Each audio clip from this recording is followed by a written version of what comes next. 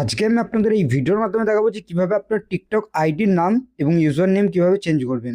সবার প্রথমে আপনার টিকটকের অ্যাপটিকে ওপেন করবেন। ওপেন করার পরে এরকমভাবে কিন্তু ওপেন হবে আপনাদের টিকটকের আইডি। ইন্টারনেটের স্পিড যদি কম থাকে তাহলে এরকমভাবে ওপেন হবে, আর ফাস্ট থাকলে পরে ফাস্ট ওপেন হবে। এখানে নিচের দিকে প্রোফাইলে ক্লিক করে দেবেন।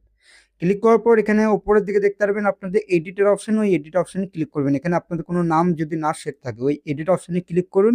ক্লিক করার পর নেম অপশনে আপনারা ক্লিক করবেন।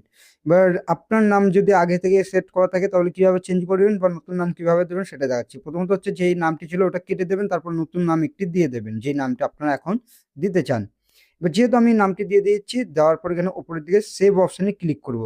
এবার আপনার যখনই ওই সেভ অপশনে ক্লিক করবেন, ক্লিক করার পর এখান থেকে দেখতে পারবেন কনফার্মের অপশনে, কনফার্ম অপশনে ক্লিক করবেন। ক্লিক করলে নাম কিন্তু চেঞ্জ হয়ে যাবে। আর ইউজার নেমেরও আপনাদের সেম ওই ইউজার নেম অপশনে ক্লিক করুন। ক্লিক করার পর ইউজার নেম যেটা ছিল আগের ওটা কেটে দিন, এবার নতুন দিয়ে দিন।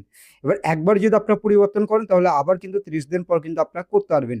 আর নামের ক্ষেত্রেও আপনাদের সেম, কিন্তু 7 দিনের সময় আছে। নামটাও আপনার 7 দিন পর করতে পারবেন। করার পর এখানে উপরের দিকে সেভ অপশনে ক্লিক করে দিন। ক্লিক করার পর সেট ইউজার নেম অপশনে ক্লিক করুন, তাহলে কিন্তু আপনাদের নাম ইউজার নেম দুটোই চেঞ্জ হয়ে যাবে। নাম যদি চেঞ্জ করেন 7 দিন পর করতে পারবেন, আর ইউজার নেম যদি করেন তাহলে আপনার 30 দিন পর আবার করতে পারবেন। ভিডিওটি ভালো লাগলে অবশ্যই ভিডিওটিকে লাইক করবেন।